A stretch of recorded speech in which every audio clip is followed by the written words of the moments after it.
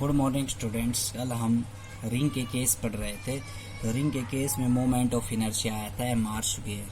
ठीक है, तो आज हम moment of inertia about any diameter of the ring, इसके स्पेशल केस पढ़ेंगे। मोमेंट ऑफ इनर्शिया डायमीटर के अलोंग हमने निकालना है। तो हमने एक रिंग सपोज कर ली और दो उसके डायमीटर मान लिए, AB और CD। ठीक है, वो डायमीटर सेम है क्योंकि यूनिफॉर्म सर्कुलर रिंग है। तो परपेंडिकुलर थ्योरम हम यहाँ पे लगाएंगे। परपेंडिकुलर थ्योरम हमें क्या कहती है? Moment of inertia about AB plus में moment of inertia about CD is equal to moment of inertia product of mass and square of perpendicular distance. ठीक है, तो यह परपेंडिकुलर थ्योरम क्या कहती है? एक मोमेंट ऑफ इनर्शिया किसके बराबर होता है? Moment of inertia about any two perpendicular axis के सम के बराबर। ठीक, तो परपेंडिकुलर थ्योरम लगाई तो moment of inertia about AB plus CD किसके बराबर है? MR स्क्वायर के बराबर। तो AB किसके बराबर है? ID means moment of inertia about diameter, moment of inertia about diameter और MR स्क्वायर। तो 2ID बराबर MR स्क्वायर और ID बराबर कितना आ गया? Half MR square. Moment of inertia about tangent in a plane ring.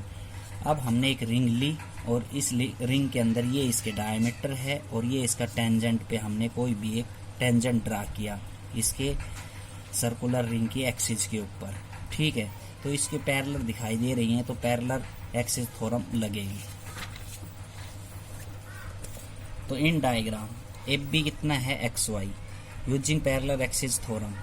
तो पैरेलल एक्सिस थ्योरम क्या कहती है? Moment of inertia about XY one axis किसके बराबर होता है? Moment of inertia about any another axis passing through the centre plus में product of mass and square of perpendicular distance के बराबर। ये पैरेलल थ्योरम होती है। तो IXY जो अलोंग द टेंजेंट है वो IXY है और जो अबाउट द पैरेलल एक्सिस है उसकी वो IAB है और MR स्क्वायर R उसकी रेडियस है और M क्या है? उसका मास है रिंग का।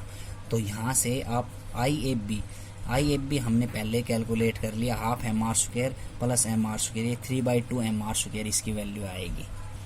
अब moment of inertia of a ring about a tangent perpendicular plane of the ring पर अब रिंग के परपेंडिकुलरली टेंजेंट ड्रा करके मोमेंट ऑफ इनर्शिया कैलकुलेट करना है।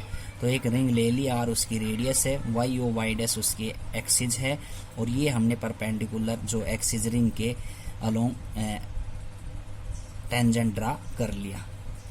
तो डायग्राम में आप देख सकते हो कि ये एक्सिस और इस एक्सिस के पैरेलल है, तो फिर से पैरेलल एक्सिस थ्योरम लगेगी। तो IXY किसके बराबर आएगा? IY और Y डैश के बराबर और प्लस में MR स्क्वायर के बराबर। ठीक, तो ये पैरेलल एक्सिस थ्योरम हमें ये कहती है। तो यहाँ से I और Y डैश हम पहले ऑलरेडी कैलकुलेट कर चुके, MR स्क्वायर और MR square means 2MR square हमारा रिजल्ट आएगा। Moment of inertia of uniform circular disc, अगला टॉपिक नया टॉपिक है ये।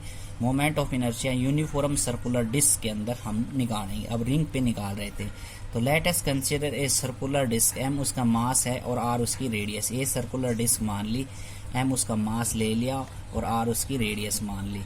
Surface area of circular disc, पूरे सरफेस एरिया सर्कुलर डिस्क का क्या होता है? पाई R स्क्वायर। मास पर यूनिट सरफेस एरिया कितना होगा? M/πr स्क्वायर होगा। अब हमने एक चीज और सपोज की है, let us consider a small element on disc. एक स्मॉल एलिमेंट मान लिया डिस्क के ऊपर, ठीक है, जिसकी विड्थ dx है। तो ये स्मॉल एलिमेंट है, ठीक, यहाँ पे, और जिसकी विड्थ कितनी मान ली? स्मॉल एलिमेंट की dx मान ली। ठीक है, लेंथ उस एलिमेंट की कितनी होगी? 2πx होगी और सरफेस एरिया उस एलिमेंट का कितना होगा? 2πx dx होगा। ठीक है, surface area of this element. अब मास ऑफ दिस एलिमेंट का कितना होगा? तो मास ऑफ एलिमेंट का और अब टोटल मास किसका है? Mass per unit surface area पूरे डिस्क का। तो mass per unit area M/πr square equation first से इंटू में 2πx dx। जो ये वैल्यू है ये किसकी है? इस एलिमेंट का क्या, सिर्फ क्या है?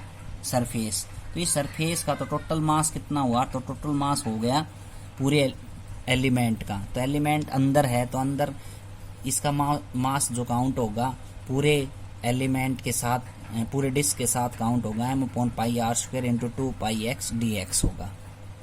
ठीक है,